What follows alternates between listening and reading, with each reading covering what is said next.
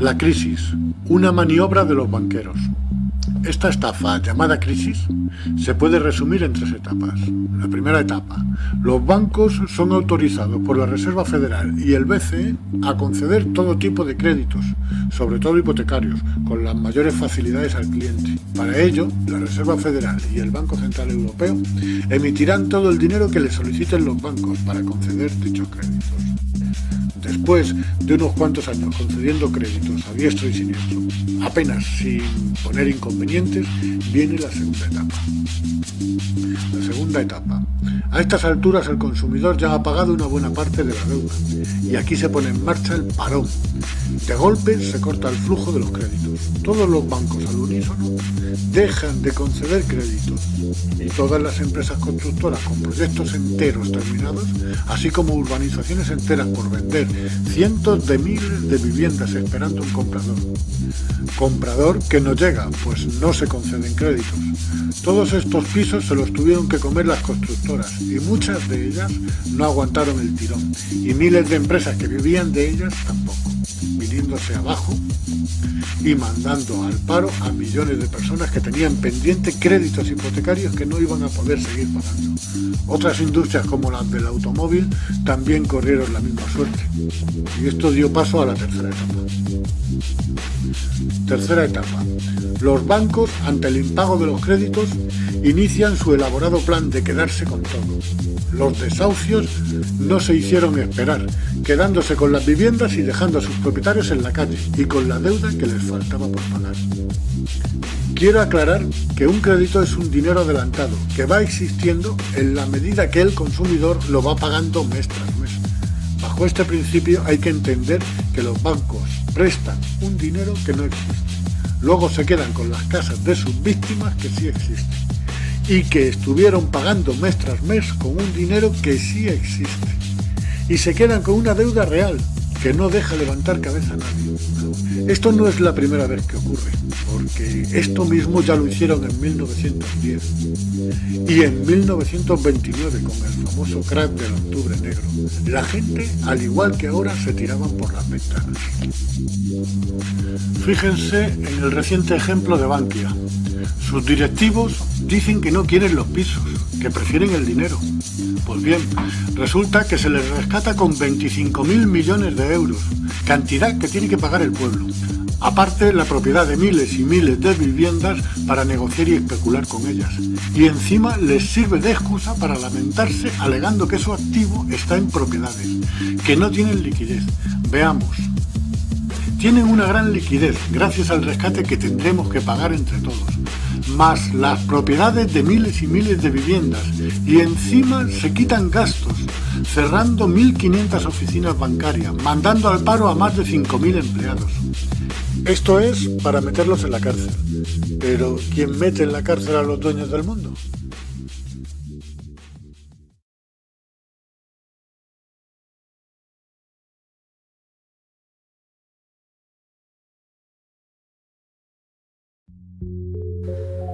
Somos Dios, venimos del infinito y vamos hacia la eternidad. Quiero aclarar que este vídeo, aunque parezca estar dirigido a mentes muy abiertas, no es exactamente así. Todo lo que expongo va tan documentado que hará que nadie se quede indiferente. Necesito puntualizar a los más escépticos que el origen del problema, independientemente de que sean antiguos dioses, extraterrestres o seres humanos sin escrúpulos, es el mismo. Somos mano de obra para unos pocos que dominan la economía mundial y no reparan en el daño que causan.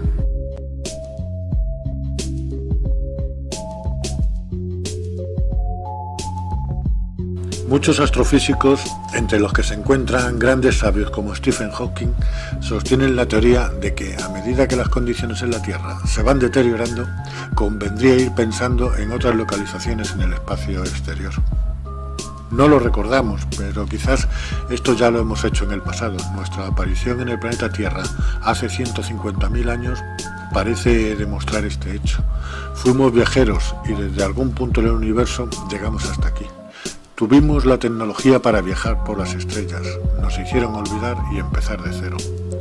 Hay gente entre nosotros que en aquel tiempo pasaron por dioses que parecen ser eternos y que guardan este secreto. Fueron dioses egipcios, griegos, escandinavos y fueron el dios de las 3 religiones monoteístas. Hoy solo son los dueños del mundo. Un gobierno mundial en la sombra. Comencemos esta historia desde el principio. Se han encontrado huesos humanos, restos con una antigüedad de unos 150.000 años. Puede que el hombre moderno lleve en el planeta cerca de 200.000 años. Su aparición, cómo llegó, su origen, es una incógnita. No podemos relacionar al hombre moderno con la línea de primates que la ciencia evolucionista ha seguido desde hace 3,5 millones de años, desde los primeros Australopithecus hasta el Neandertal. Parece que la única explicación es que vinieron desde otro punto en el universo o fueron creados aquí con ingeniería genética. En estos 200.000 años de existencia en el planeta, el hombre ha podido evolucionar tecnológicamente 5 veces, quizás 6 u 8. También hemos sufrido la misma cantidad de veces una involución o retroceso tecnológico, debido a catástrofes provocadas que han llevado a la humanidad al borde de la extinción total. En cada ocasión hemos empezado desde el principio, en una edad de piedra. Por supuesto, no hay constancia de ello, ninguna prueba que demuestre este hecho. Es muy difícil encontrar objetos que pertenecieran a una civilización tan avanzada como la nuestra 50.000 años atrás. Sin embargo, algo sorprendente ha sido descubierto en una zona del sureste de África, muy cerca del puerto de Maputo. Siempre han estado allí, la gente se fijó en ellos antes, pero nadie podía recordar quién los hizo ni por qué. Se trata de los restos de una gran metrópolis que mide alrededor de 1.500 kilómetros cuadrados. Forma parte de una comunidad enorme de casi 10.000 kilómetros cuadrados, con una antigüedad que data de 150.000 a 200.000 años. Una civilización que pudieron ser los primeros humanos modernos, pertenecientes a la humanidad de la primera extinción. La actividad de esta metrópolis era la extracción de oro, ya que la zona es rica en yacimientos de oro y las miles de antiguas minas de oro descubiertas así lo atestiguan. Todo apunta a una civilización humana que fue creada para la extracción del oro en esta parte del mundo durante miles de años. Aquí se cumple una constante que viene dándose a lo largo de nuestra historia, y es que bajo los parámetros de yacimientos de oro, excavaciones y creación del hombre como mano de obra, es lo que veremos que se cumple en demasiadas ocasiones. Otro caso que también da mucho que pensar son esas prodigiosas construcciones de la llanura de Giza, en Egipto.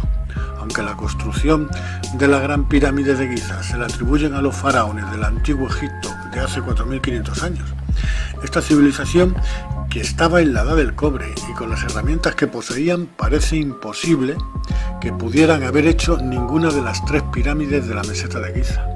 Con toda seguridad pertenecen a un pasado mucho más remoto del tiempo. En la Esfinge se han encontrado restos salinos que demuestran que en una época mucho más lejana en el tiempo estuvieron bajo las aguas marinas. Parecen guardar una formación como si estuvieran alineadas apuntando hacia algún lugar en el universo. Algunos han sugerido que apuntan directamente hacia el cinturón de Orión.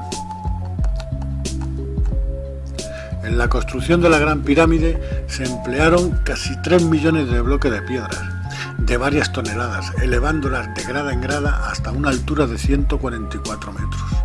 La base que ocupa es de una extensión de 53.000 metros cuadrados y entre sus esquinas opuestas hay una distancia de 325 metros. ¿Cómo pudieron allanar el terreno para que solo diera un error de nivelación de 1 centímetro o poco más? Cuando resulta que hoy en día con nuestra tecnología este error se nos iría a un mínimo de 10 centímetros.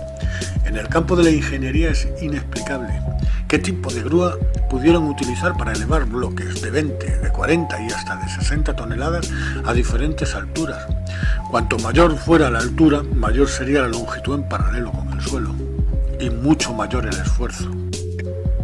Los conocimientos matemáticos de los egipcios, según los textos en papiros que nos dejaron, están muy por debajo de los que requiere esta formidable construcción. pues los cálculos matemáticos, a la vez que complejos, fueron perfectos. Debía de ser imponente, todo un espectáculo ver dicha construcción en pleno apogeo. Desconocemos qué tipo de herramientas se emplearon en la construcción de la Gran Pirámide, no pertenece a nuestro tiempo. Hubo otra humanidad que en un tiempo mucho más remoto construyeron esta magnífica obra. Posiblemente la humanidad que habitó este mundo entre la cuarta y la quinta extinción de hace más de 12.000 años. Hacia el año 400 a.C., un pensador y filósofo griego llamado Platón escribió algo sobre una civilización, la llamó la Atlántida, en un continente que se hundió, lo que provocó la desaparición de esta civilización. Platón nos dio en sus escritos toda clase de detalles, tanto de su avance tecnológico como el de su posición. Decía que la catástrofe ocurrió 9.500 años atrás. Si sumamos los 2.400 años hasta Platón, más los 9.500 años desde Platón hasta la desaparición de la Atlántida, nos da casi 12.000 años en total de la catástrofe. Y hasta ahora no hemos sido capaces de encontrar ni un solo ladrillo de dicha civilización. O quizás sí, la Esfinge o las pirámides de Giza. Esta información le llegó a Platón a través de su abuelo Critias, el cual se lo oyó decir, tal y como lo contaba Solón a su bisabuelo Drópida. A Solón le llegó la historia de la Atlántida a través de dos sacerdotes egipcios, Sonquis de Sais y Xenofis de Heliópolis. Mientras Europa todavía no había salido del Paleolítico, los atlantes formaron una gran sociedad, con edificios, calles, fuentes y con un gran avance tecnológico para la época. Hay un fragmento del Critias que voy a relatar textualmente, y comienza así. Un gran imperio que avanzaba desde el exterior, desde el Océano Atlántico, sobre toda Europa y Asia. En aquella época se podía atravesar aquel océano, dado que había una isla delante de la desembocadura que vosotros, así decís, llamáis columnas de Hércules. Esta isla era mayor que Libia y Asia juntas, y de ella los de entonces podían pasar a las otras islas, y de las islas a toda la tierra firme que se encontraba frente a ellas, y rodeaba el océano Atlántico. Puesto que lo que quedaba dentro de la desembocadura que mencionamos parecía una bahía con un ingreso estrecho. En realidad era mar, y la región que lo rodeaba totalmente podría ser llamada con absoluta corrección tierra firme. En dicha isla Atlántida había surgido una confederación de reyes grande y maravillosa que gobernaba sobre ella y muchas otras islas, así como partes de la tierra firme. En este continente dominaban también los pueblos de Libia hasta Egipto y Europa hasta Tirrenia. Bueno, ¿qué ocurrió realmente para que esta civilización desapareciera? Critias nos da otra pista en el siguiente texto. El dios de dioses Zeus reina por medio de leyes, puesto que puede ver tales cosas, se dio cuenta de que una estirpe buena estaba dispuesta de manera indigna y decidió aplicarles un castigo. Tras un violento terremoto y un diluvio extraordinario, en un día y una noche terribles, la clase guerrera vuestra se hundió toda a la vez bajo la tierra y la isla de Atlántida desapareció de la misma manera, hundiéndose en el mar. Por ello aún ahora el océano es allí intransitable e inescrutable, porque lo impide la arcilla que produjo la isla sentada en ese lugar y que se encuentra a muy poca profundidad. Bueno, aquí se puede ver perfectamente un paralelismo con la destrucción por parte de Zeus de la Atlántida y la destrucción de la humanidad por medio del diluvio universal, del Dios de la Biblia. ¿Será el mismo Dios?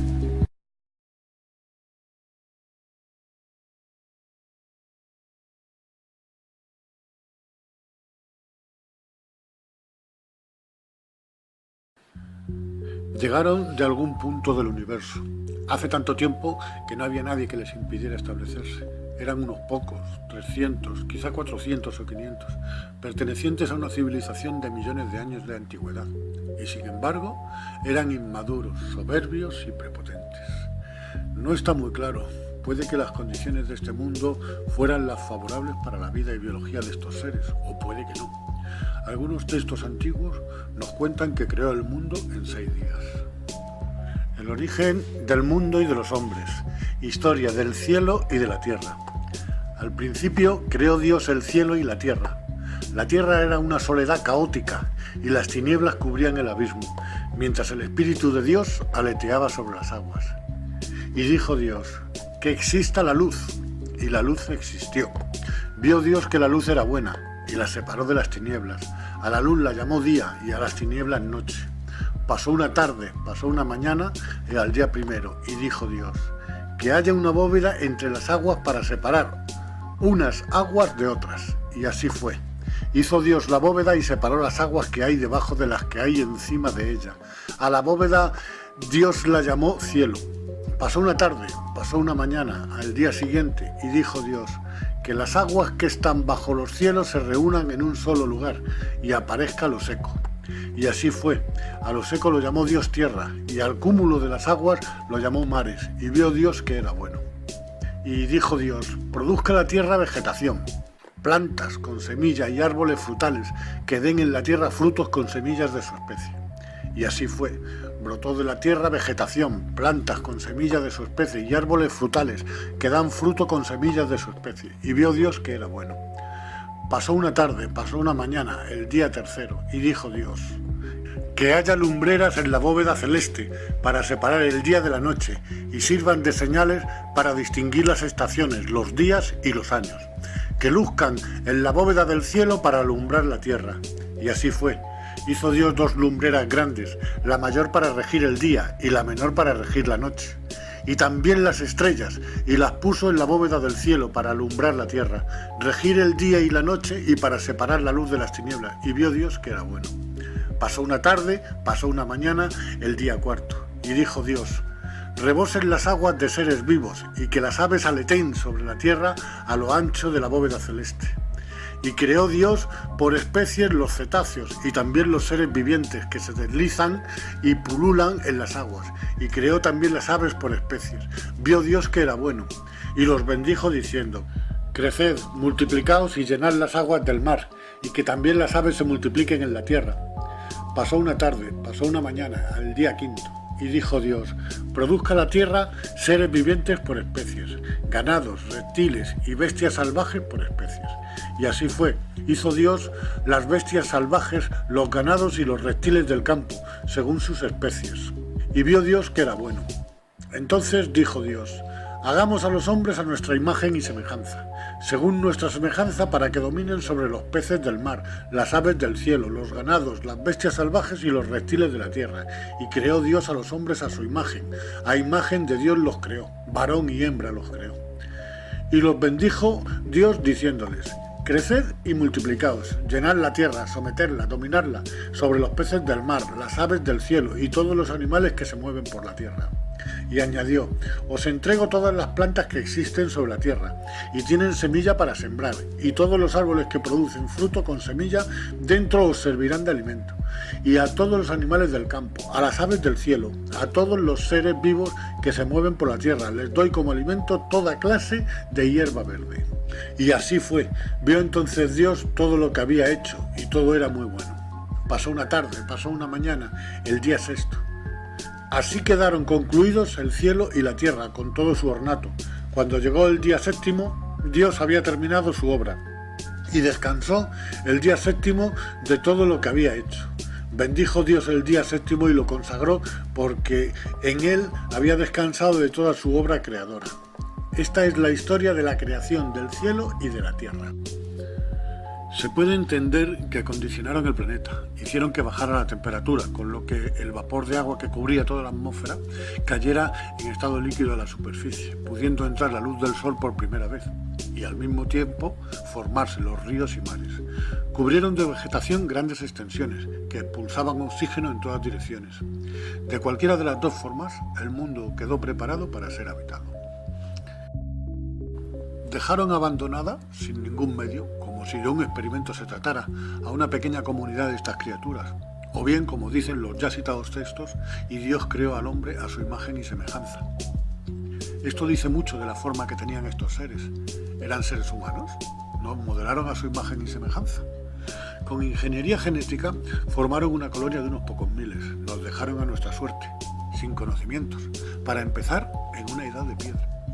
Los antiguos escritos, tanto apócrifos como los incluidos en la Biblia, revelan una gran cantidad de información de lo que ocurrió con nuestros primeros padres, hace entre 6.000 y 12.000 años en el Edén, después de la última extinción, quizás la quinta extinción en 150.000 años. El comportamiento de Dios en el Edén es bastante sospechoso. ¿Para qué fuimos creados? Los sumerios, una civilización de la que se desconoce su origen y que surgió en la antigua Mesopotamia, más concretamente entre los márgenes de los ríos Tigris y Éufrates, hace más de 6.000 años. Nos dejaron unos escritos, son los primeros escritos de los que se tiene constancia. Se denominan escritura cuneiforme. Escritos sobre unas tablillas de arcilla, y nos cuentan una historia muy curiosa. Hablan de unos seres que bajaron de las estrellas para extraer oro en esa misma zona y que para su extracción crearon al hombre como mano de obra. Fíjense en esta historia que acabo de contar y qué relación puede tener con el siguiente texto bíblico. Primer acto, creación. El Señor Dios plantó un huerto en Edén, al oriente, y en él puso al hombre que había formado.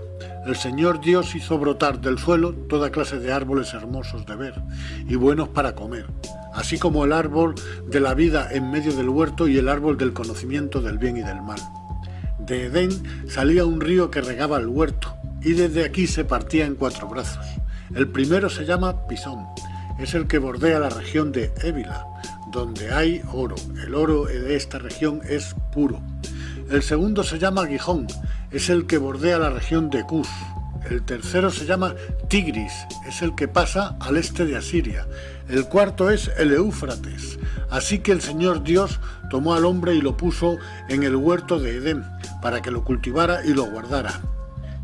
Y dio al hombre este mandato: puedes comer de todos los árboles del huerto, pero no comas del árbol del conocimiento del bien y del mal, porque si comes de él, morirás sin remedio. Se ve claramente que no querían que el hombre adquiriera conocimientos, ya que en un estado de analfabetismo sería más fácil de someterlo, de dominarlo, para obtener mano de obra esclava.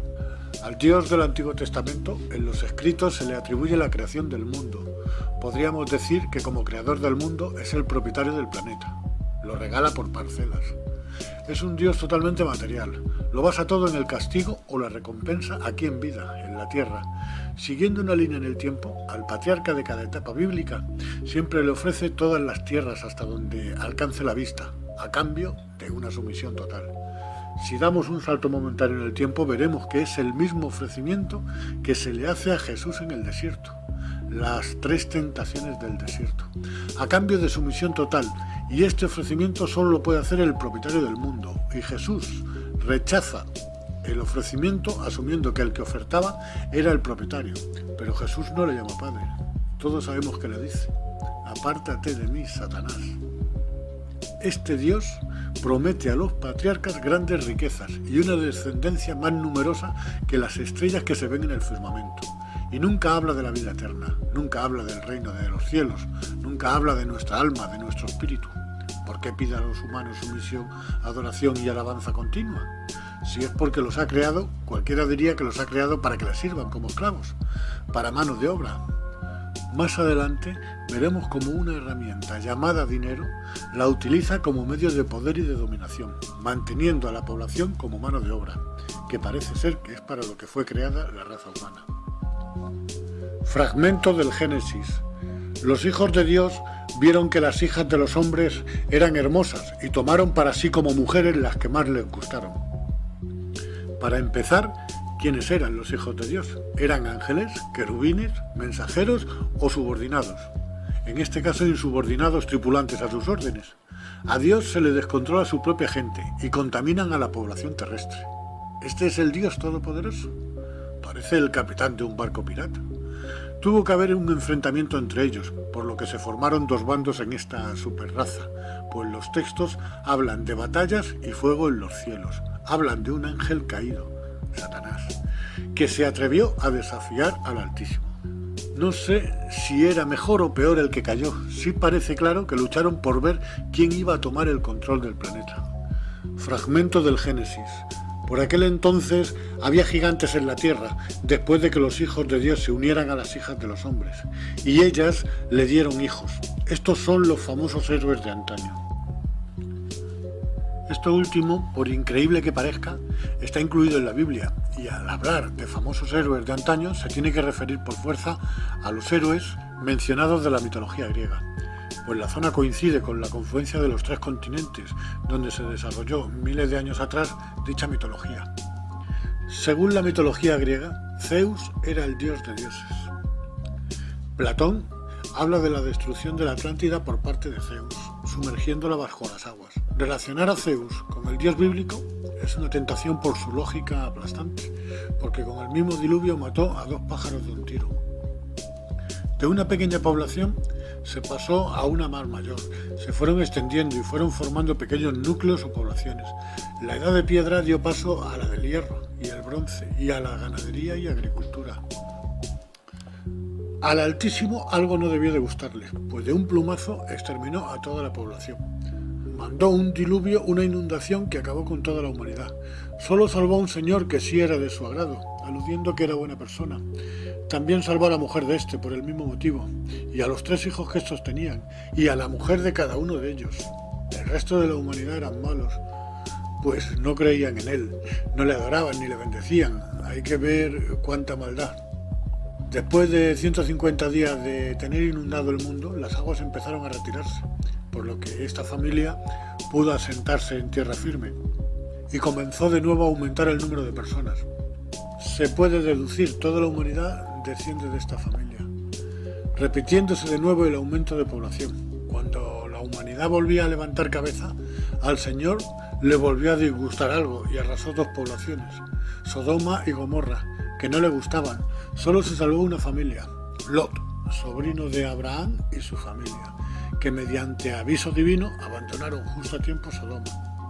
Hacía uso de su tecnología para que sus apariciones ante algunos elegidos por él parecieran sobrenaturales o divinas. Fragmento del Éxodo. Dijo Moisés al Señor: «Déjame ver tu gloria». El Señor le respondió: «Yo mismo haré pasar delante de ti todo mi esplendor, y delante de ti pronunciaré el nombre del Señor. Yo protejo a quien quiero y tengo compasión de quien me place. Sin embargo, no podrás ver mi cara, porque quien la ve no sigue vivo». Un dios conseguía impresionar de tal manera que se rendían ante sus pies, les encomendaba misiones, les manipulaba a su antojo, dirigió a todo un pueblo durante 40 años hacia una tierra prometida en la que solo conocerían guerras, muerte y destrucción, con enfrentamiento entre ellos. Llevan 3.500 años de guerra, de odio y de muerte hasta la actualidad. El texto que viene a continuación es el pueblo de Israel de camino a la tierra prometida. Inmediatamente Moisés cayó rostro a tierra y le dijo: «Mi señor, si gozo de tu protección, que venga mi señor entre nosotros. Aunque este sea un pueblo obcecado, perdona nuestra iniquidad y nuestro pecado, y tómanos como heredad tuya». El Señor le respondió: «Mira, voy a establecer una alianza delante de todo tu pueblo.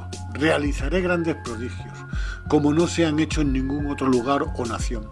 Y el pueblo que te rodea contemplará mis grandes prodigios, porque voy a realizar algo admirable en tu favor.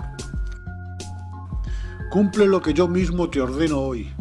Mira, antes de que tú llegues voy a desalojar a los amorreos, cananeos, hititas, pereceos, jebeos y jebuseos. Guárdate de establecer alianzas con los habitantes del país donde vas a entrar. Puede ser una tentación para ti si se quedan entre vosotros. Destruid sus altares, romped sus piedras votivas y talad sus árboles sagrados». Dios ordena destruir y saquear pueblos enteros, sin distinción de niños, mujeres y ancianos. La historia de la humanidad está llena de guerras continuas. Se ha matado en nombre de Dios, de Alá, de Yahvé, guerras y cruzadas asociadas a estos nombres. Realmente este Dios ha sido el Dios de la guerra. Ninguna generación ha pasado sin conocer la guerra en algún punto del planeta. Censo de las tribus y estatuto de los levitas. El día 1 del segundo mes, el año segundo de la salida de Egipto, habló el Señor a Moisés en el desierto del Sinaí, en la tienda del encuentro, diciendo: «Haz un recuento general de toda la comunidad de los israelitas por clanes y familias, registrando uno por uno los nombres de todos los varones. Tú y a Aarón registraréis por escuadrones a todos los varones mayores de 20 años aptos para la guerra en Israel. Os asistirá un hombre por cada tribu, todos jefes de familia. Se puede ver claramente cómo este Dios organiza un ejército invasor, preparándolo para tomar posesión de una tierra ocupada por otros pueblos. Recuerdo pasajes de la Biblia, concretamente del Éxodo y del Levítico, la tienda del encuentro. Así era denominada la nube a la que Moisés acudía a reunirse para hablar con Dios, la misma nube que acompañó durante 40 años al pueblo de Israel hasta la tierra prometida. La nube era claramente un camuflaje que ocultaba una tecnología de millones de años. Nunca ha dejado de observarnos. Toda su manipulación tenía un propósito: hacer una sociedad con un sistema a su medida. Desde luego, después de conseguir esto, no nos iba a abandonar. Está entre nosotros. Ronald Wilson Reagan fue el 40º presidente de los Estados Unidos, 1981-1989. Antes de llegar a ser el presidente de los Estados Unidos de América, durante su candidatura prometió que desvelaría todos los archivos secretos referentes al tema OVNI, en el caso de que llegara a ser elegido presidente. Él pensaba que como presidente sería el hombre más poderoso del planeta. Es evidente que le pusieron los pies en el suelo, dejándole claro quiénes son los verdaderos dueños del mundo y que no le permitirían desvelar nada relevante, y no se lo permitieron. Pero sí pudo dejar caer esto. 21 de septiembre de 1987. Discurso en la 42 Asamblea General de la ONU, ante representantes políticos de todo el mundo y periodistas de todas las nacionalidades. El entonces presidente de Estados Unidos de América, Ronald Reagan, se dirige a la Asamblea Plenaria. Quizás necesitemos una amenaza universal externa. Ocasionalmente pienso cómo rápidamente nuestras diferencias a nivel mundial desaparecerían si estuviéramos enfrentando una amenaza alienígena de fuera de este mundo. Y ahora les pregunto, ¿no hay una fuerza alienígena en este momento entre nosotros? ¿Qué puede ser más extraño para las aspiraciones universales de nuestros pueblos que la guerra y la amenaza de guerra?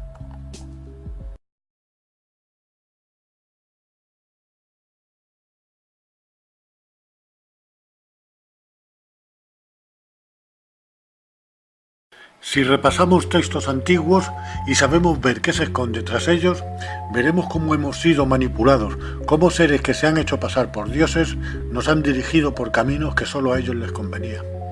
A lo largo de la historia de la humanidad, el hombre siempre ha sido manipulado por seres infiltrados en nuestra sociedad, que están tras un velo de indiferencia, huyen de la notoriedad y sin embargo son los que manejan los hilos y nosotros somos sus marionetas.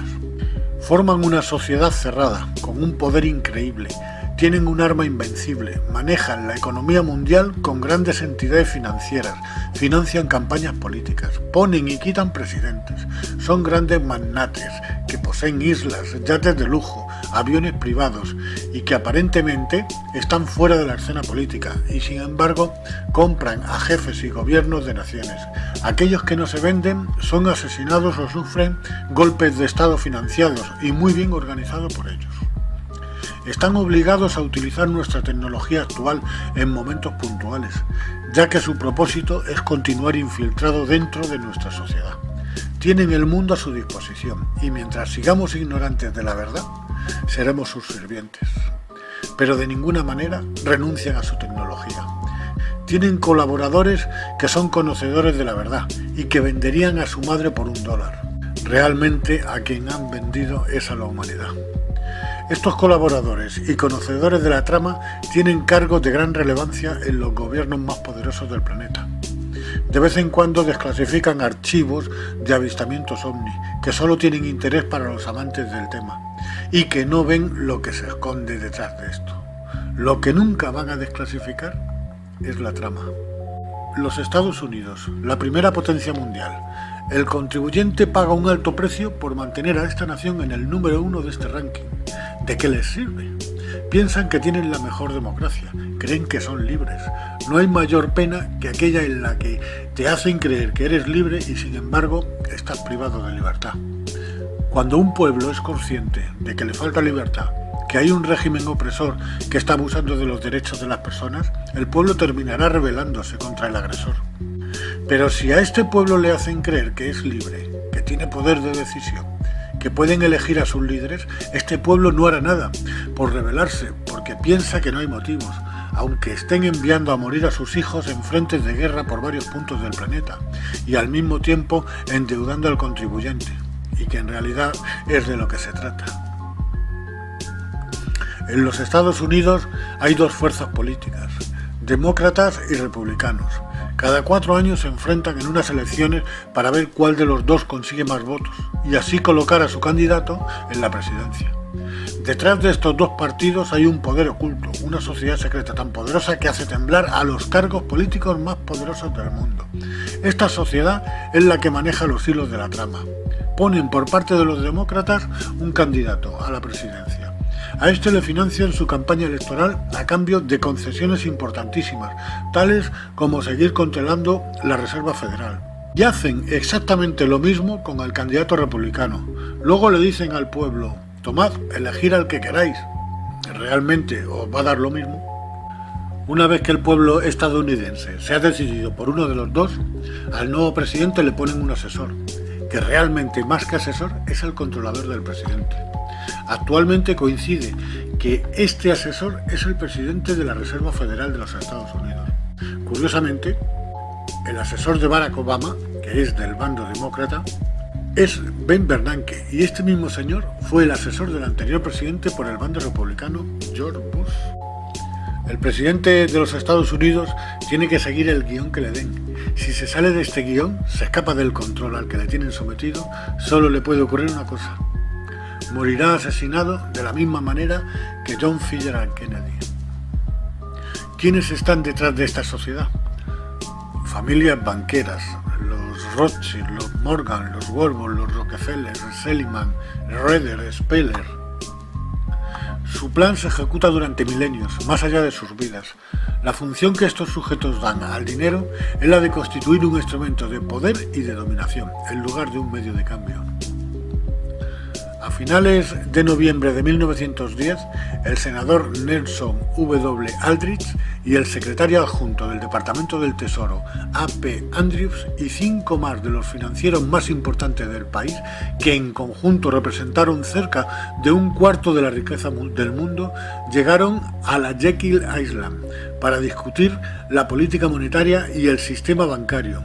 Un evento que algunos dicen que fue el ímpetu para la creación de la Reserva Federal. Fue una reunión secreta en la que banqueros privados redactaron un escrito, Ley del Banco Central, llamada Acta de Reserva Federal, totalmente a espaldas del gobierno. ¿Por qué? Porque dichos banqueros pasaban a controlar la Reserva Federal.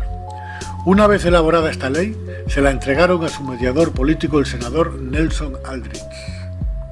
En 1913 subió a la presidencia de los Estados Unidos Woodrow Wilson, con financiación total por parte de dichos banqueros y habiendo aceptado firmar el Acta de Reserva Federal.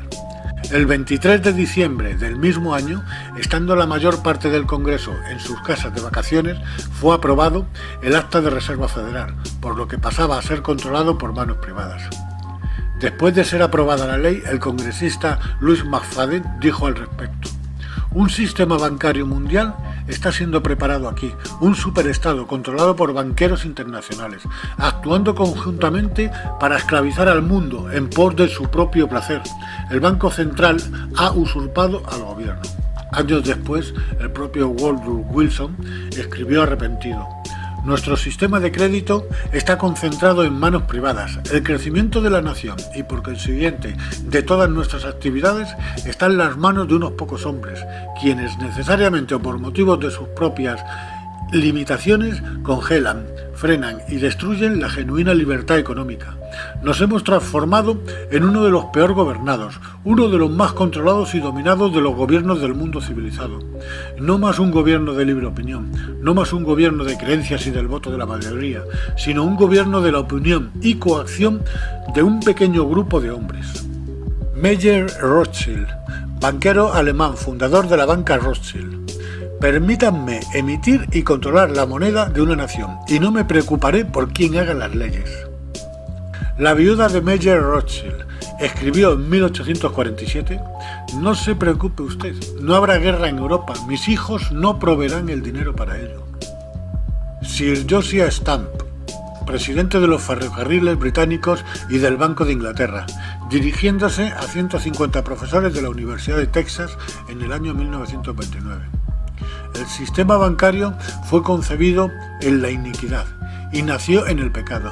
Los banqueros internacionales poseen la tierra, quitarles todo lo que tienen, pero dejarles el poder de crear depósitos. Y con unos cuantos plumazos crearán los suficientes depósitos para recuperarlo todo otra vez. Pero si les quitáis el poder de crear dinero, todas las grandes fortunas desaparecerán, incluyendo la mía, y este será un mundo mucho más feliz. Pero si queréis continuar siendo esclavos de los bancos y pagar los costos de vuestra propia esclavitud, dejadles continuar creando depósitos. El segundo presidente de los Estados Unidos, John Adams, 1735-1826. La historia registra que los banqueros han utilizado toda forma de abusos, intrigas, engaños y de medios violentos para mantener su control sobre los gobiernos mediante el control del dinero y su emisión. Thomas Jefferson, tercer presidente de los Estados Unidos, 1745-1826. Creo que las instituciones bancarias son más peligrosas que un ejército. Si el pueblo americano alguna vez permite a los bancos privados controlar la emisión de moneda, los bancos y las corporaciones que crecerán alrededor de ellos privarán al pueblo de su propiedad, hasta que sus hijos despierten sin casa en el continente que sus padres conquistaron. Abraham Lincoln. El poder del dinero rapiña a la nación en tiempo de paz y conspira contra ella en tiempos de adversidad. Es más despótico que la monarquía, es más insolente que la autocracia, más egoísta que la burocracia. Denuncia como enemigos públicos a todos aquellos que cuestionan sus métodos o arrojan luz sobre sus crímenes. Yo tengo dos grandes enemigos, el ejército sureño en el frente y los banqueros en la retaguardia. De los dos, el de mi retaguardia es mi gran enemigo. Las corporaciones han sido entromizadas y sobrevendrá una era de corrupción en altos niveles. El poder del dinero del país se esforzará en prolongar su reinado, trabajando en perjuicio del pueblo, hasta que la riqueza sea concentrada en las manos de unos pocos y la república sea destruida. Curiosamente fue asesinado. Reginald Maquina, miembro de la Cámara de los Comunes, 1924, dirigiendo la palabra en el Millet Bank. Me temo que al hombre de la calle no le gustaría saber que los bancos pueden crear y de hecho crean dinero. El volumen del dinero en existencia varía solamente con la acción de los bancos, acumulando o reduciendo los préstamos. Los que controlan el crédito de una nación dirigen la política de su gobierno y tienen en sus manos el destino del pueblo. El sistema mundial financiero está en manos privadas y dominan al sistema político de cada país y la economía del mundo, con los bancos centrales del mundo actuando de forma concertada.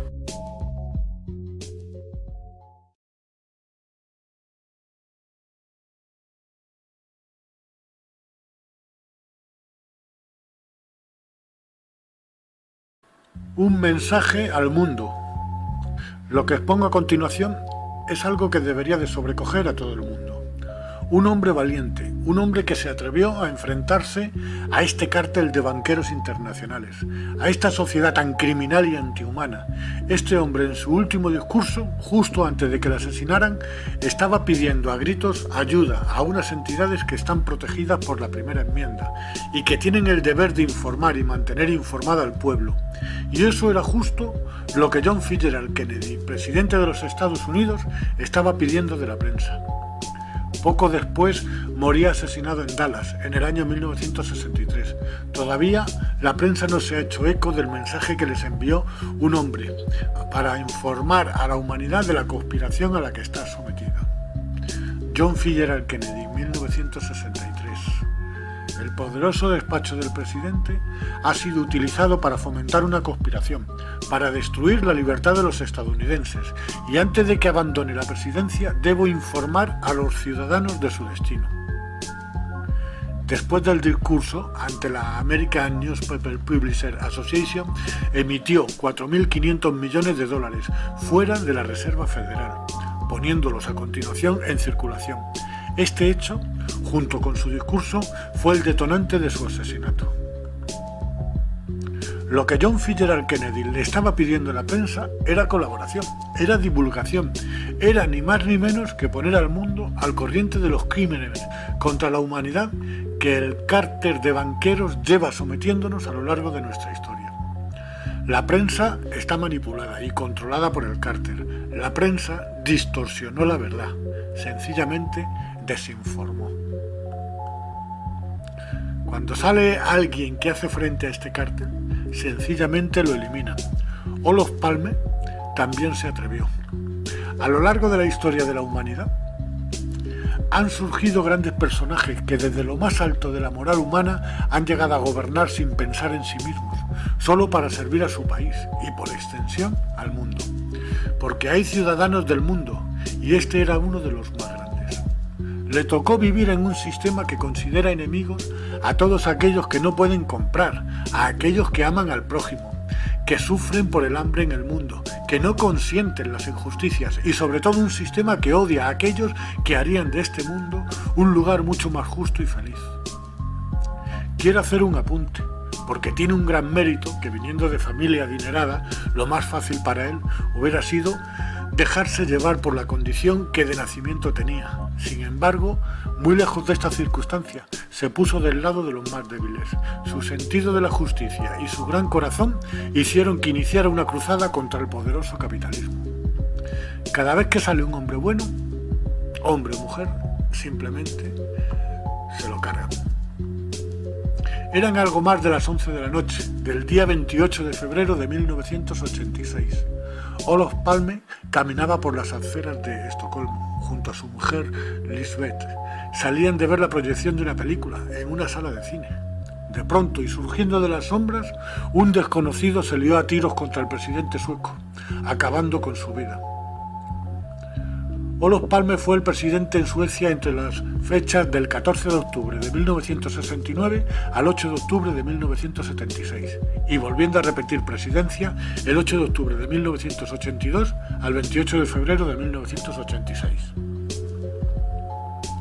Nació y creció en el seno de una familia acomodada.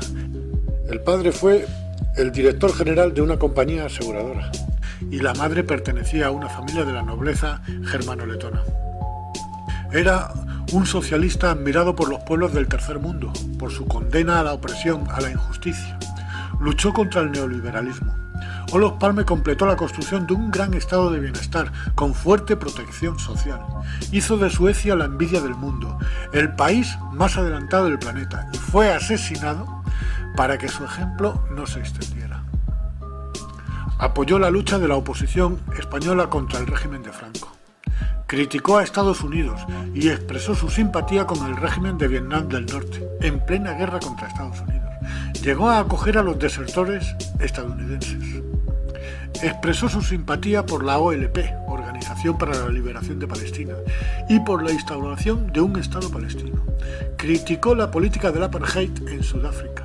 Mantuvo conversaciones con el presidente de Cuba, Fidel Castro, un hecho que no le perdonaron en Estados Unidos.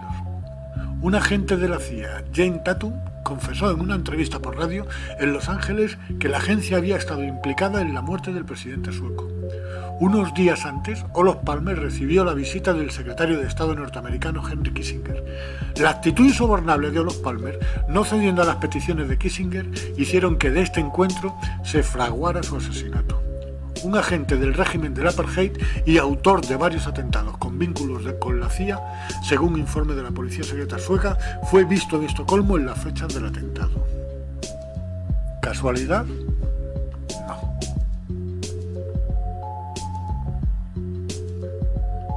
Banco Central y colapsos. Definición de Banco Central, sacada de un fragmento de St. James.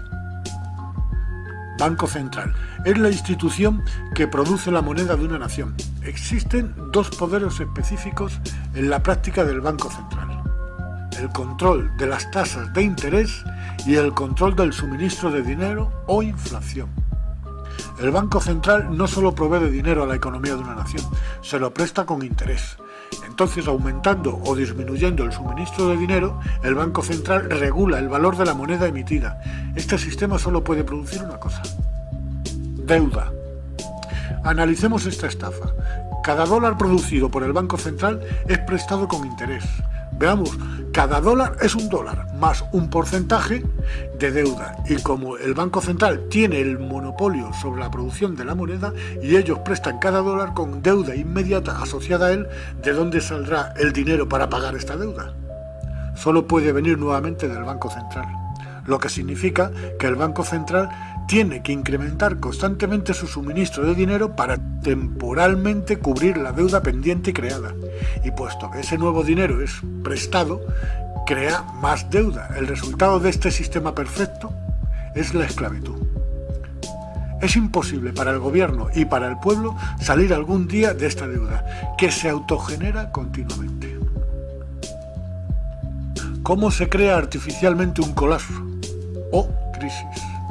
Desde 1913 a 1919, la Reserva Federal, Banco Central estadounidense, incrementó el suministro de dinero un 100%, traducido en grandes préstamos a los bancos pequeños. En 1920, la Reserva Federal retiró porcentajes masivos del suministro de dinero, forzando a los bancos menores a cancelar su enorme cantidad de préstamos, provocando quiebras y el subsiguiente colapso. Más de 5.400 bancos fuera de la Reserva Federal colapsaron. Al tanto de este crimen, el congresista Lindbergh dijo en 1921: bajo el Acta de Reserva Federal, los pánicos son creados artificialmente. El pánico actual es el primero creado científicamente y funcionó como calculamos una ecuación matemática. De 1921 a 1929, el Fed otra vez incrementó el suministro del dinero en grandes préstamos al público y a los bancos. El jueves negro, 24 de octubre de 1929, colapso o crack bursátil. El congresista Louis McFadden, enemigo del cártel banquero, comenzó a traer procedimientos de destitución contra la Reserva Federal, alegando que el crack fue una ocurrencia cuidadosamente planeada. Los banqueros internacionales buscaron traer una condición de desesperación, para así ellos surgir como los dueños de todos nosotros. No es sorprendente que después de 2 intentos de asesinato, Louis McFadden fue envenenado en un banquete antes de que pudiera comenzar con los procedimientos de destitución. Y ahora, habiendo reducido a la sociedad a la miseria, los banqueros internacionales de la Reserva Federal decidieron que el patrón oro debería de ser eliminado. Para hacer esto necesitaron obtener el oro remanente en el sistema. Así que, bajo la pretensión de ayudar a terminar con la crisis, se produjo la recuperación del oro en 1933. Bajo amenaza de prisión de 10 años, todos en América fueron exhortados a entregar todo el oro al tesoro, esencialmente robando al público la poca riqueza que les quedaba a finales de 1933. El patrón oro fue abolido. Si miramos un billete de dólar antes de 1933, veremos que pone que es convertible en oro. Si miras uno actual, veremos que dice que es moneda de curso legal, lo que significa que no está apoyado por nada, no hay un depósito que lo respalde. El Banco Central Europeo y la Reserva Federal Americana emiten todo el dinero que va a parar a los pequeños bancos de un país. Los bancos centrales pueden provocar una crisis cuando quieran, como ha sido el caso de la actual crisis, que nos piden un esfuerzo entre todos para salir de la crisis provocada por ellos. El esfuerzo pasa por tragar con la reforma laboral que ellos quieran y con los ajustes y recortes que nos están esclavizando y que nos están dejando sin nuestras instituciones, tales como sanidad y enseñanza. Están acabando con nuestro estado de bienestar.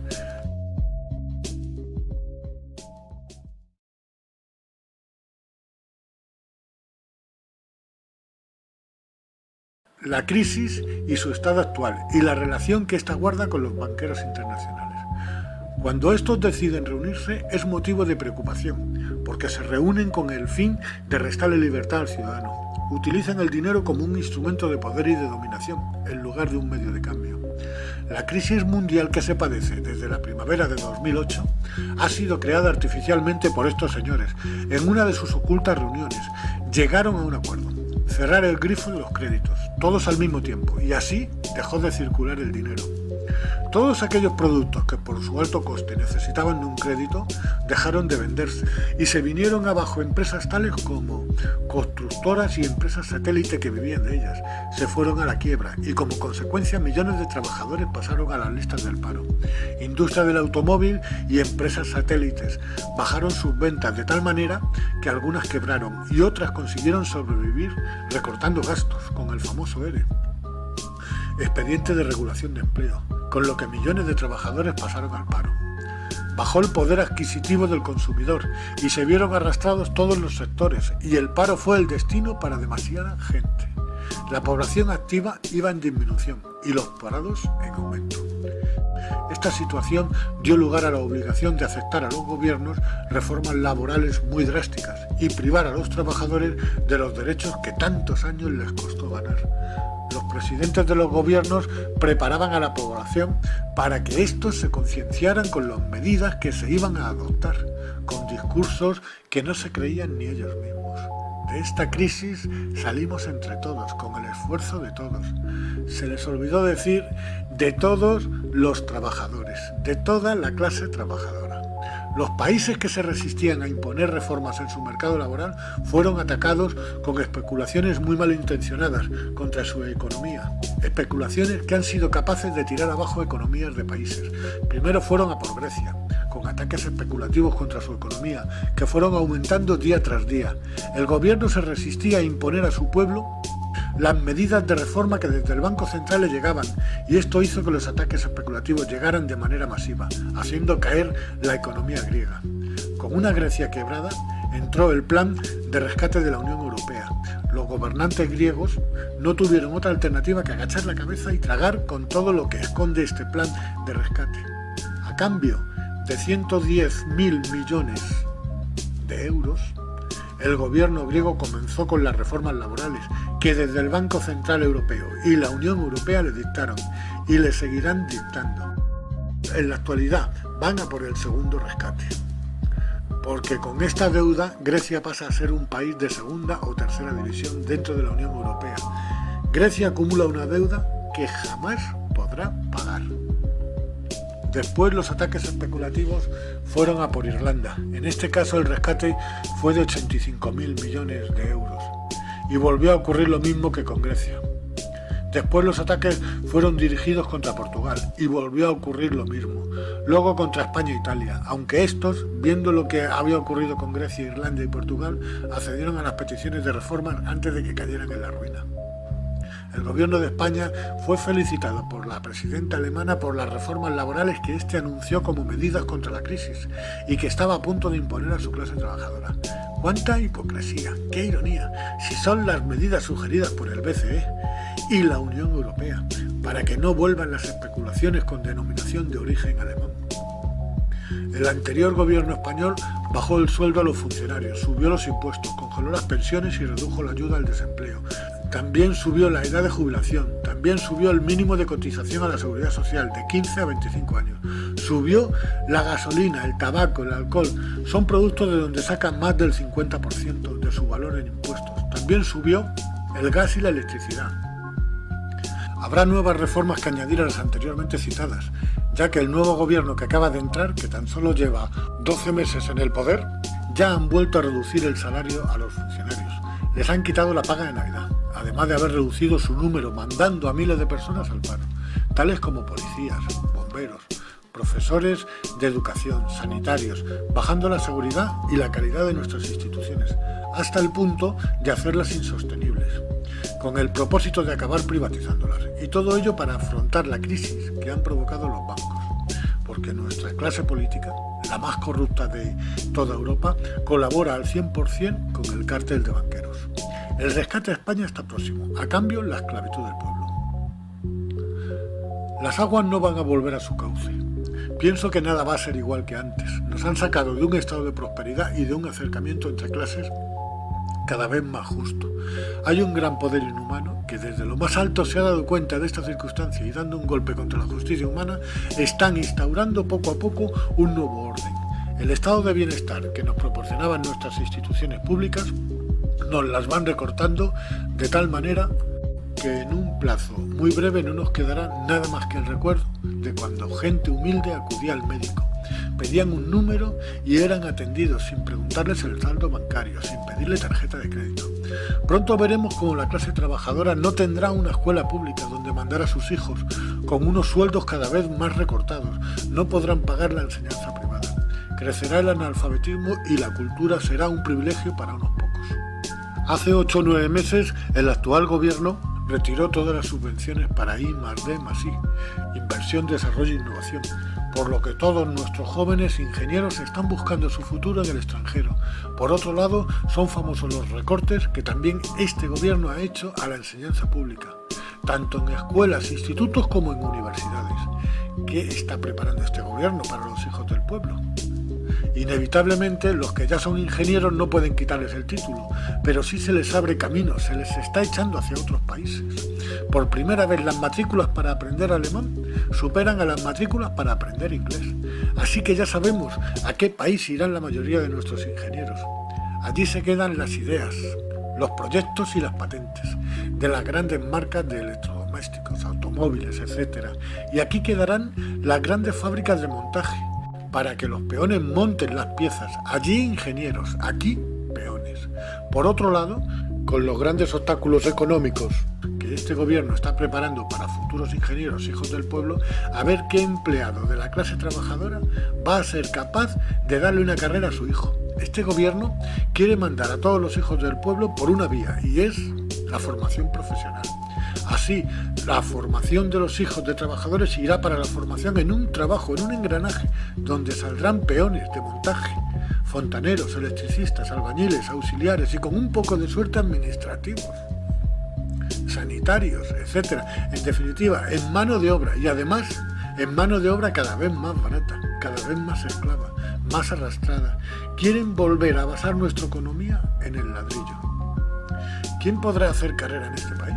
Sí, señor, solo los muy pudientes. Los ricos podrán darle carrera a sus hijos en la universidad privada, donde apenas se les exige una nota mínima, y estos sí podrán llegar a ser abogados, arquitectos, ingenieros, etc.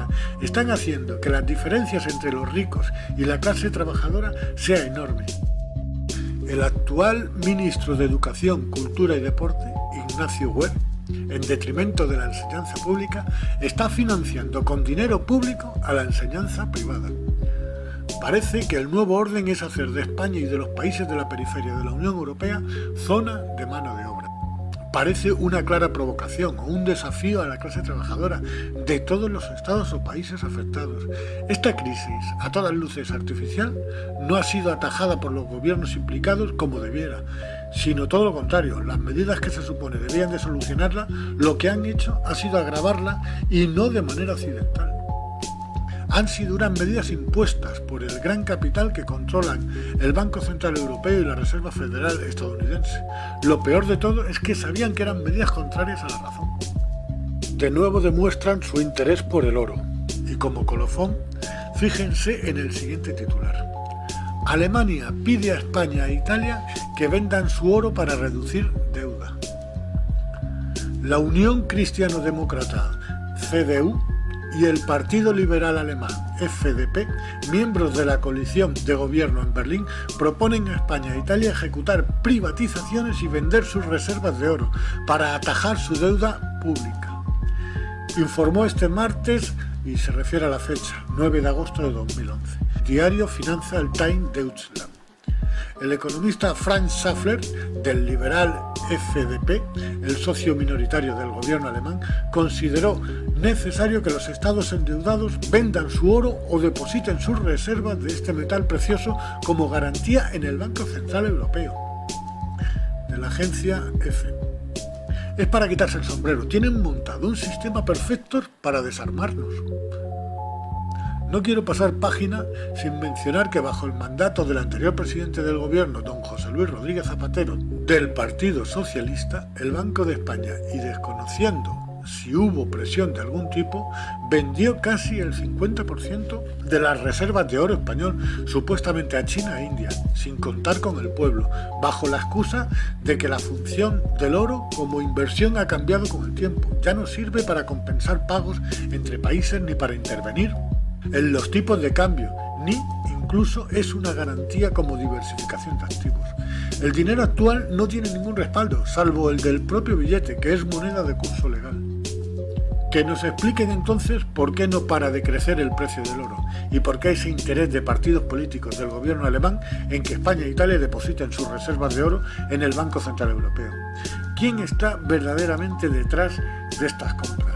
Seguro que son los mismos que llevan detrás de él desde el principio de los tiempos. Diferencia entre el antiguo billete convertible en oro y el actual, de moneda de curso legal. Billete convertible en oro. Misión de intercambio entre productos, que es para lo que se creó. Y billete moneda de curso legal. No tiene ningún respaldo y contrae altos intereses de deuda.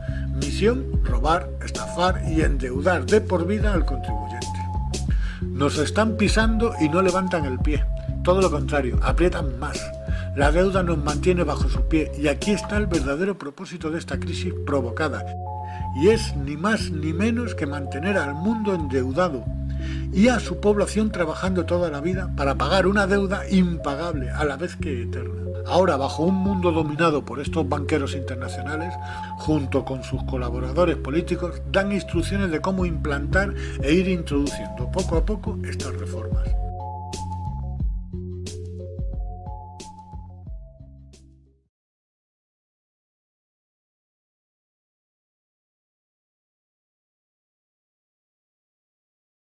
El negocio de la guerra.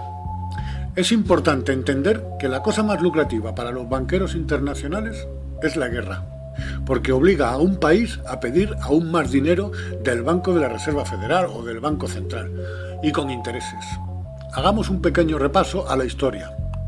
En 1915, el asesor principal del entonces presidente de Estados Unidos, Woodrow Wilson, era el coronel Edward House, y en una conversación documentada entre el coronel House y Sir Edward Grey, secretario exterior de Inglaterra, sobre cómo hacer que Estados Unidos entrara en la Primera Guerra Mundial, Grey preguntó: ¿qué harían los americanos si los alemanes les hundieran un crucero con pasajeros americanos a bordo?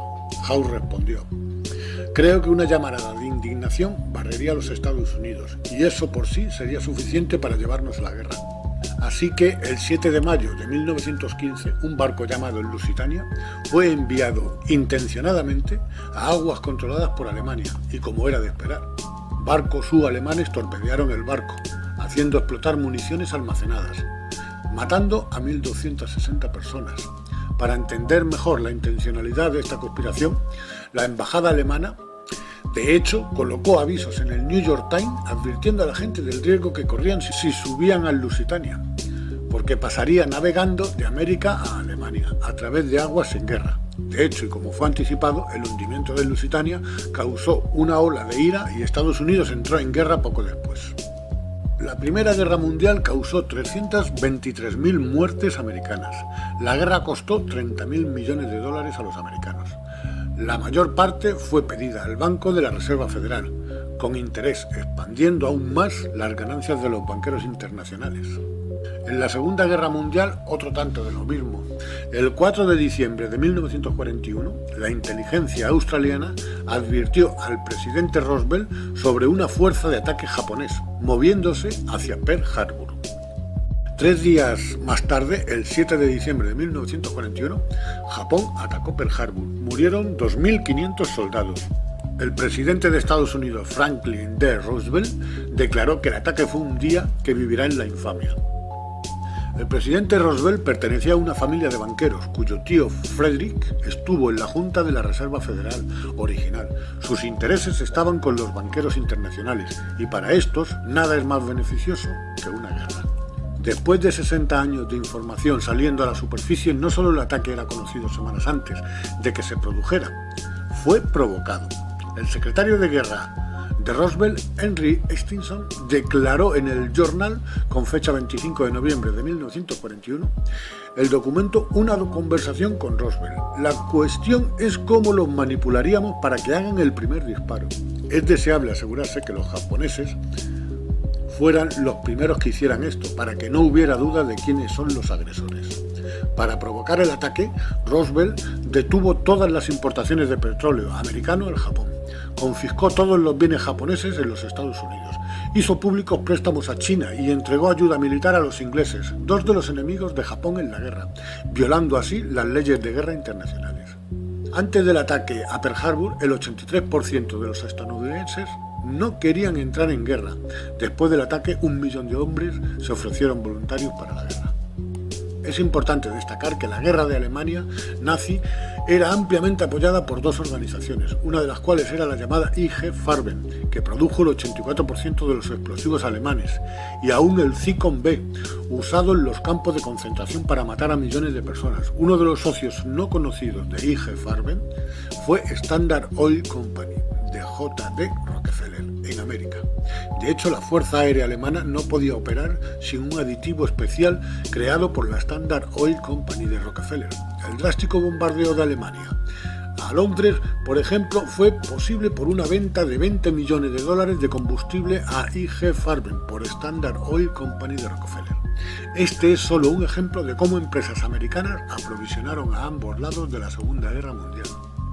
En Vietnam, la declaración de guerra oficial de los Estados Unidos contra Vietnam del Norte en 1964 fue después de un supuesto incidente, involucrando barcos destructores americanos siendo atacados por barcos PT de Vietnam del Norte, en el Golfo de Tonkin. Esto fue llamado el incidente del Golfo de Tonkin. Este ataque fue una farsa, nunca sucedió. Fue la excusa para entrar en guerra. El anterior secretario de Defensa, Robert McNamara, dijo años después que el incidente del Golfo de Tonkin fue un error, mientras otros oficiales declararon públicamente que fue una farsa preparada. No hace falta aclarar que los dos bandos eran financiados por los de siempre, de una manera directa a unos y de una manera indirecta a otros. No era importante ganar esta guerra, sí era importante que durara. Esta guerra causó 60.000 muertes americanas y 3 millones de vietnamitas muertos. La gran mentira. Un autoatentado. El 11 de septiembre de 2001, el ataque a las Torres Gemelas de Nueva York y al Pentágono fue preparado para comenzar una escalada de conflictos, sin mediar provocación por parte de ninguna nación. Dos guerras ilegales, contra Irak y contra Afganistán. ¿Quién será el siguiente? Quizás Irán, seguido de Corea del Norte, pero aquí no acabará. La opinión pública piensa que la invasión de Irak está saliendo mal, porque la violencia no para, golpes de terrorismo, matan y siembran muerte, caos y terror. No parece que se vaya a detener. Lo que la opinión pública no sabe es que la desestabilización de Irak es precisamente lo que quieren los que están detrás del gobierno. Esta guerra, mientras se prolonguen, tendrán el dominio del petróleo, se mantendrán los contratos con las grandes empresas constructoras para la reconstrucción del país, se mantendrán las bases militares para usarse como puntos estratégicos en la zona contra Irán y Siria, etc.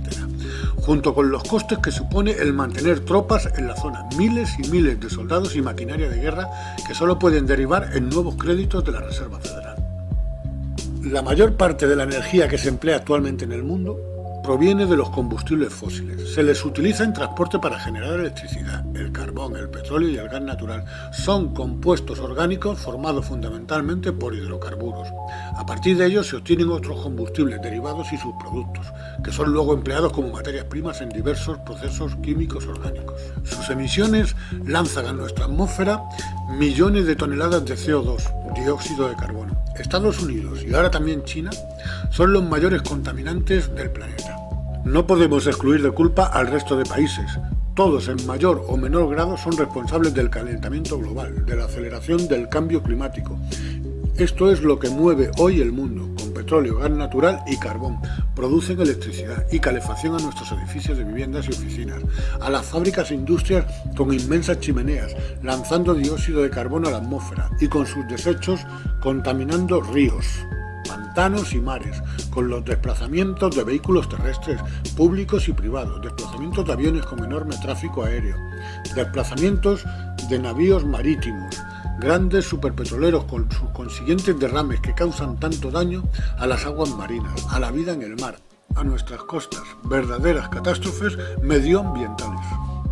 Las grandes compañías petroleras se están cargando el planeta, porque no quieren parar. Desde hace mucho tiempo ha sido una mina de oro. Lo importante es ingresar sumas de dinero en el presente, porque del mañana ya nos ocuparemos. Las compañías petroleras no van a permitir que prosperen otro tipo de energías más limpias, sin emisiones, renovables, hasta que no se agote el petróleo. Seguirán contaminando y enrareciendo nuestra atmósfera, porque el petróleo les produce unos dividendos que les da un gran poder que utilizan para comprar a altos cargos públicos, para sabotear proyectos que pudieran dejarles al margen como proveedores energéticos, poder para invadir naciones y apoderarse de sus reservas petrolíferas, poder para seguir con nuevas prospecciones y extracciones de su oro negro. El alza en los precios del petróleo está generando todavía más ganancias para las ya repletas arcas de las principales compañías petroleras del mundo. Deberían de grabárseles mayores impuestos e invertirlos en energías renovables, energías limpias, que no maltratan este maltrecho mundo, energías tales como, por ejemplo, la energía eólica, la energía solar, el hidrógeno, motores de agua, baterías de almacenamiento eléctrico, es el vehículo eléctrico y, sobre todo, el electromagnetismo. Esta última es la energía del futuro, ya que el petróleo no es ilimitado y llegará un día que se acabe, cosa que por otra parte nos beneficia. ¿Cómo podemos aprovechar esta fuente energética? Vean la siguiente maravilla de ingeniería japonesa. Es el tren maglev.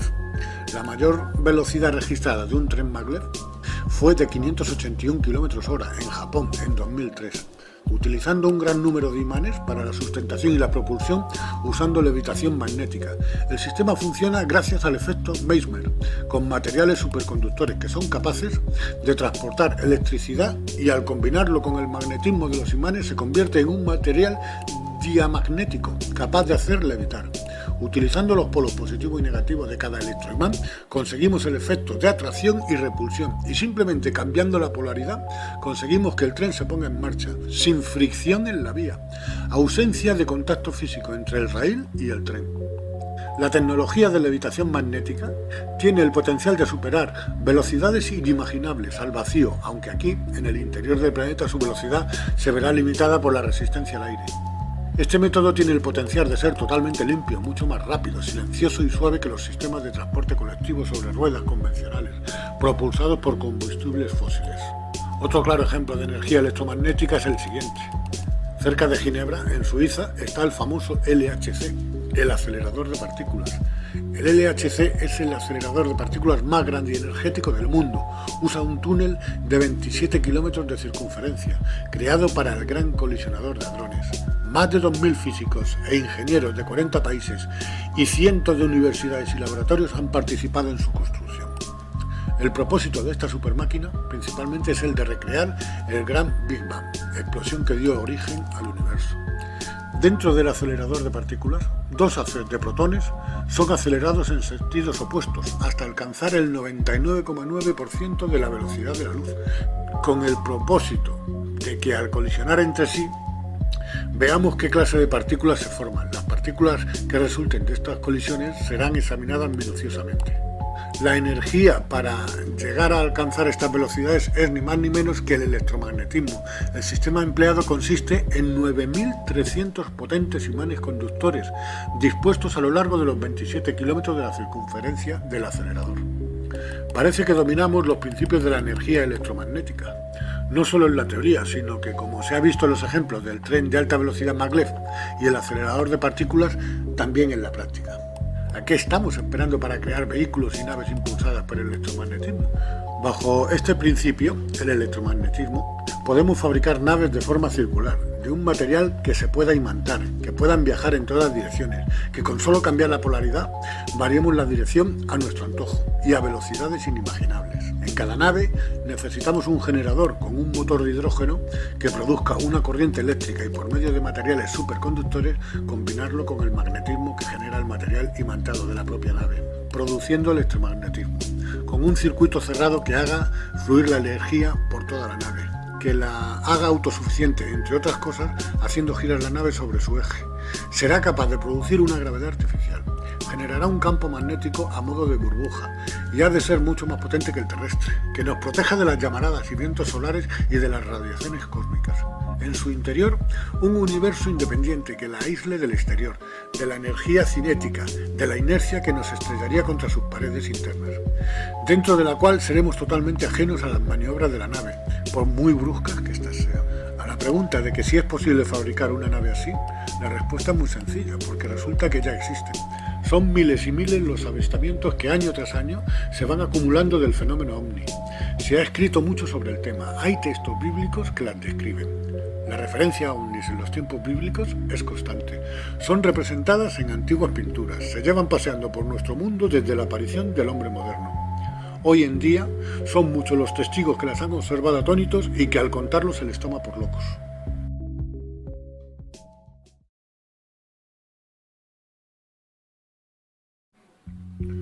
También controlan la industria farmacéutica, que es actualmente uno de los sectores empresariales más rentables e influyentes del mundo, con sus políticas de marketing y con campañas para influir en los gobiernos, con el fin de aumentar los precios, extender las patentes y con ello sus beneficios empresariales. Llevan décadas creando mutaciones, manipulando organismos bacteriológicos, híbridos, entre diversas variedades de virus, provocando enfermedades a puerta cerrada, buscando un virus letal. Todo ello preparado en sus laboratorios. Hipócritamente hacen que se promulguen leyes internacionales contra las armas químicas y bacteriológicas. También ponen en estado de alarma al mundo sobre enfermedades frecuentemente inofensivas, haciéndolas pasar por peligrosas pandemias, con objeto de incrementar la venta de medicamentos. El ejemplo más reciente es el de la gripe A. Se hizo presente por primera vez a finales de marzo de 2009 en México. Recordemos el estado de alarma mundial que se creó alrededor de esta gripe. Al poco tiempo, después de unas cuantas miles de muertes, y solo cuando ellos quisieron, dieron a conocer la noticia de que habían creado una vacuna. Con toda seguridad, esta vacuna fue creada al mismo tiempo que la propia enfermedad. Y al mismo tiempo les hizo parecer como héroes, salvadores. Vendieron miles de millones de dosis de estas vacunas en todo el mundo. En el caso de España, el gobierno compró 25 millones de dosis. Lo gracioso fue que luego la famosa gripe A desapareció de manera espontánea y todavía puede sonar a chiste, pero resulta que las cepas de la gripe común son más letales. Y es que la tasa de mortalidad de la gripe A es aún inferior a la de la gripe común. La gripe de toda la vida produjo más muertes en el periodo de vigencia de la gripe A que esta misma, pero solo se mencionaban las muertes producidas por la gripe A. La industria farmacéutica hizo unos ingresos de una cuantía impresionante, llenaron bien sus arcas y ahora, mientras piensan en su siguiente maniobra, España, al igual que un gran número de países, no sabían a quién colocarle las vacunas. Vean el ejemplo de Francia. Después de adquirir 94 millones de dosis para contrarrestar la gripe A, Francia inició en el mes de julio de 2010 la reventa del excedente de las vacunas para aligerar la carga de la factura, tras haberse mostrado la pandemia mundial menos grave de lo previsto. No podemos olvidarnos del SIDA, su tratamiento es costosísimo y son muchos millones de personas las que padecen de esta enfermedad. Para la industria farmacéutica es un verdadero filón. Si indagamos en el origen de esta enfermedad, vamos a chocar contra uno de los mayores secretos que existen. El VIH, virus causante del SIDA, parece ser una combinación de dos virus que por sí solos jamás hubieran mutado en el VIH. El VISNA, una patología cerebral del ganado ovino que no se contagia al ser humano, y el HTLV-1, una forma de leucemia que ataca a las células T, linfocitos, son un tipo de glóbulos blancos que forman parte del sistema inmunitario. Estas células ayudan al cuerpo a combatir enfermedades. La única explicación posible a este fenómeno es que alguien hubiera producido un híbrido de estos dos virus mediante ingeniería genética. La explicación oficial es que se había originado en África y que pasó de entre unas determinadas especies de monos al hombre. Lo que tira por tierra esta versión oficial son las fechas, ya que los primeros casos documentados de SIDA en África datan de 1983, mientras que mucho antes, en 1979, comenzaron a registrarse casos entre la comunidad homosexual de Nueva York. Recuerdo un artículo en un periódico de la fecha, hacia el año 1980. En dicho artículo se hablaba de la aparición de una nueva enfermedad, por la cual iban a morir en las próximas décadas millones de homosexuales. Parece que este proyecto se le fue a alguien de las manos, o tal vez no. El chip prodigioso. Radiofrecuencia e identificación. En 2005 el Congreso, bajo la pretensión de control inmigratorio y la llamada guerra contra el terrorismo, aprobó el Acta de Identificación Real, bajo el cual se proyectó que en mayo de 2008 sería requerido llevar una tarjeta de identificación federal que incluye un código de barras escaneable con tu información personal. Sin embargo, este código de barras es solo un paso intermedio antes que la tarjeta sea equipada con un módulo de seguimiento por RFID de Very Chip, que usará radiofrecuencia para seguir todos tus movimientos por este planeta. Si esto te suena extraño, debes saber que el chip de seguimiento por radiofrecuencia e identificación ya se encuentra en todos los pasaportes americanos. Y el paso final es el chip implantado, el cual ya varias personas han sido manipuladas para aceptarlo bajo diferentes pretextos. El propósito final es que llevemos implantado este chip de la misma manera que lo llevan nuestras mascotas. El chip llevará toda la información del sujeto que lo porta. También llevará información de su saldo bancario, haciendo las funciones de tarjeta de crédito. No dispondremos de dinero en efectivo, conocerán tu posición exacta en cada momento. El control de la población será total. Fíjense en esta profecía de Daniel, Apocalipsis 13, 16, 17. La segunda bestia hacía que a todos, pequeños y grandes, ricos y pobres, libres y esclavos, se les pusiese una marca en la mano derecha o en la frente, y que ninguno pudiese comprar ni vender, sino el que tuviese la marca. Esta profecía se puede cumplir a corto plazo. Aquel sujeto que por cualquier motivo sea considerado subversivo, que se rebele contra dicho sistema, sencillamente le será anulado el chip en las funciones que ellos quieran. Nunca en el de posicionamiento, pero sí le arrebatarán su identidad. No es ciencia ficción, es algo que irán imponiendo poco a poco, hasta el punto de que lo aceptemos como algo natural, como si fuera por nuestra propia seguridad. Para ello cometerán un acto terrorista de gran impacto, por el cual acusarán de su autoría al grupo extremista que mejor les parezca, y los buscarán quizás en Afganistán, en cuevas en las que nunca habitó nadie. Desde este vídeo hago un llamamiento a los gobiernos de todas las naciones del mundo para despojar a los banqueros internacionales, para quitarles el control del dinero, a esos mismos gobiernos que se sacudan del dominio al que están sometidos por este cártel. Quiero hacer un llamamiento al Poder Judicial de todas las naciones del mundo, a ese mismo Poder Judicial que está controlado por este cártel de banqueros, que se sacudan de este control, que promulguen una orden de detención contra el cártel de banqueros por los crímenes contra la humanidad que llevan cometiendo en todos los conflictos que han organizado, así como de todos los actos de terrorismo encubiertos y que les han servido de excusa para invadir naciones. Este cártel de banqueros privados internacionales tienen nombres y apellidos, son 300, quizás lleguen a 400, y tienen a 7.000 millones de personas para su uso personal, como si de su propiedad se trataran, porque disponen de sus vidas, ya que las exterminan a su antojo en cualquier punto del planeta, solo para su lucro, para enriquecerse cada vez más, y nunca les parece suficiente porque quieren más. ¿Cómo habríamos evolucionado desde el principio de los tiempos sin la intervención divina de estos sujetos? Sin dioses. Para empezar, seguro que no habríamos sufrido ninguna extinción, por lo que nuestro progreso no habría tenido retrocesos, 150.000 o 200.000 años de evolución ininterrumpida.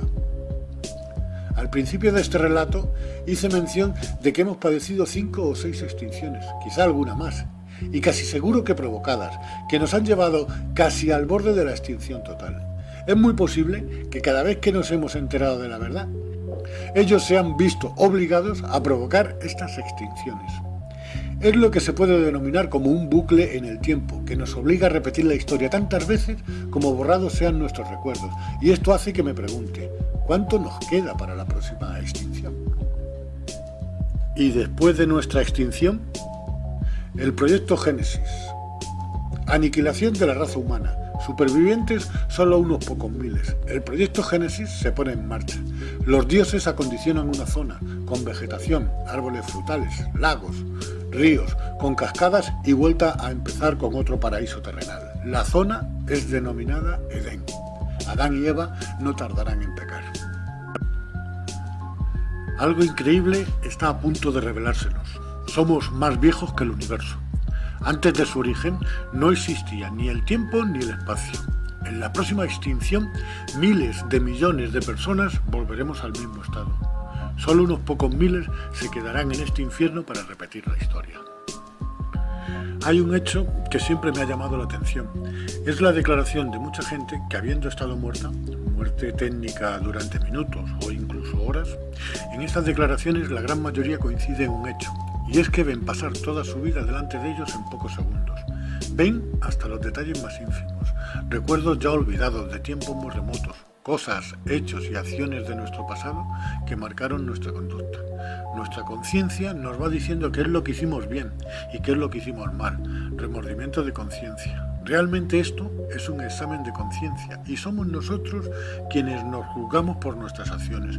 Nosotros decidimos si ascendemos, si pasamos a otro nivel superior en el camino a la eternidad, o bien tendremos que quedarnos en este lugar para seguir perfeccionándonos en la siguiente reencarnación. Porque nosotros somos Dios, venimos del infinito y vamos hacia la eternidad.